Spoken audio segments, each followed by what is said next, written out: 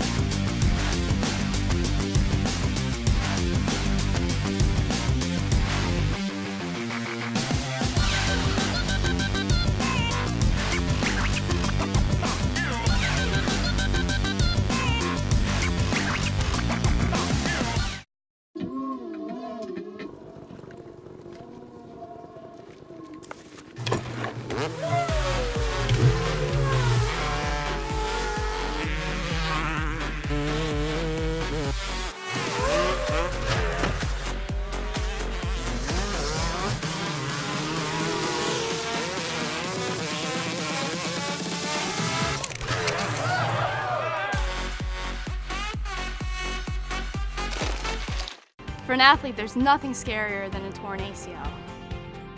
Athletes trust us with their care and their careers because we're a recognized leader in sports medicine. Get back to your active life sooner with MedStar Sports Medicine. Wise Market's ice cream plant is based in Sunbury, Pennsylvania, and is locally owned and operated. We've been making our ice cream for nearly 50 years. We create roughly 70 flavors of ice cream right now.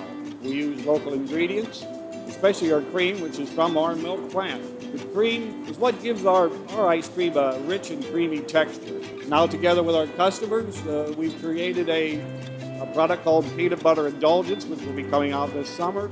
It's a peanut butter ice cream with sea salt caramel swirl and chocolate-covered pretzel. How could you go wrong with that? Personally, I love our ice cream. If you come to our house at any given time, you'll find at least 5 packets of ice cream in our freezer. Our kids grew up eating Wise quality ice cream, and now we get to treat our grandchildren to it. It's been a pleasure for me to be tasting ice cream for over 40 years for Wise Markets, and I'm loving every minute of it. Welcome, Tiger fans, to another edition of the Tiger Football Report. I'm your host, Spiro Morekas, along with head coach Rob Ambrose. The Tigers this week ventured up to Long Island to take on the Seawolves of Stony Brook. It was a hard-fought football game. Tigers came out on the losing end, though, by a score of 25-17. And Coach, we talked about it last week. Every time you play this team, it is a physical football game, and last Saturday was no different. No, not at all. And across the league, one of the places that guys kind of talk about as coaches and players is Stony Brook. That because of the way they play, the way they're coached, and especially at home, that they are very, very different, very physical. And they're very veteran. If you go back in the roster, they're a junior, senior-oriented team on both sides of the ball. Certainly showed its head Saturday night in their experience and lack of mistakes. Your team on the other side, especially on the offensive end, very, very young. You started a redshirt freshman quarterback. You started true freshman running backs. You had true freshman wide receivers. But the team battled throughout the entire football game, and it came down to a couple of plays, and you weren't able to convert the big ones, which ended up in an 8-point loss. I think I said this, at least to you, if not to you, to the other media in the interviews during the week, that in a game like this, especially there, the way they play, they bleed the clock offensively, don't let you run a lot of plays. In the end, this would be about efficiency, and most likely the team who had the least amount of turnovers in the game would win. Now, interestingly enough, we didn't really put the ball on the ground that many times, but we lost one. And while we got to put the ball on the ground 4 times, we didn't get any of them. And in the end, that one turnover ended up being the deciding factor. I give the kids a lot of credit, though. Tons of injuries. None of our captains play anymore. They're all injured. On both sides of the ball, guys coming in and out and rotating guys in. And we talked about it as a team and as a staff. No matter what happens, if we can find a way to get into the fourth quarter within a score, we're going to have a chance to win this ball game. And the kids did that. No matter what, they did that. So I give them a lot of credit. They showed some resiliency, some toughness, gained some experience. But we did. We came out on the short end, and we got to get better.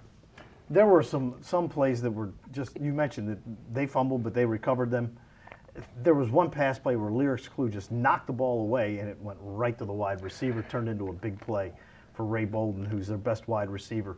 So it was just one of those nights, and here you were, right into the last minute of the ball game, you were right there with a chance to tie to take it to overtime. Sure.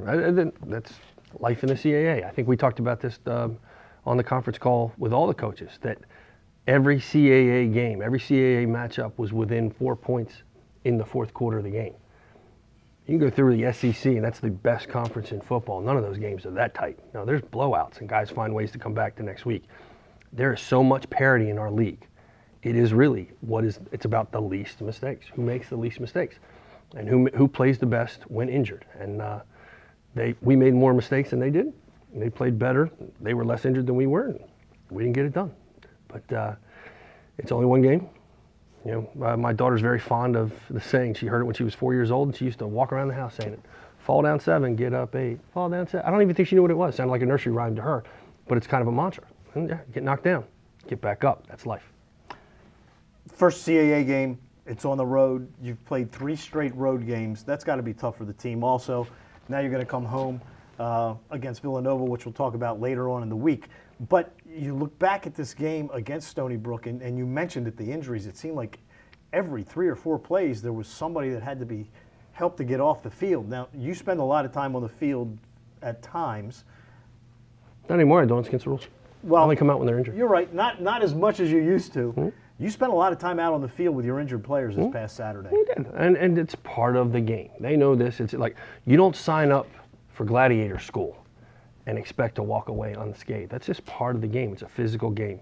And you find a way to get back up and do what you got to do to heal yourself and help the team. They're going to help you in your rehab. And like I said, injuries are a sad part of what we do. But it's not about the injury. It's not about what happens. It's always about how you deal. We even talk about that with the players, that when you get injured, how you respond to your injury, because everybody's watching. You're part of a family.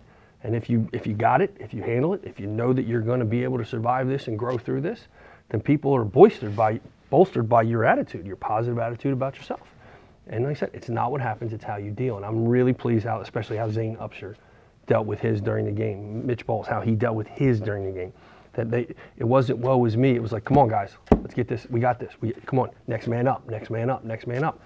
And our guys did that. I mean, we had tons of guys step up, tons of guys play hard, make plays, and keep us in the ballgame. So back to the chalkboard, see what we do this week. All right, well, the Tigers will be back in CAA action this Saturday when they take on Villanova. Tune in to TowsonTigers.com later on in the week when Coach Ambrose and I will discuss the matchup between the Tigers and the Wildcats of Villanova. For head coach Rob Ambrose, I'm Spiro Morekas. Thanks for joining us on the Tiger Football Report, and as always, go Tigers.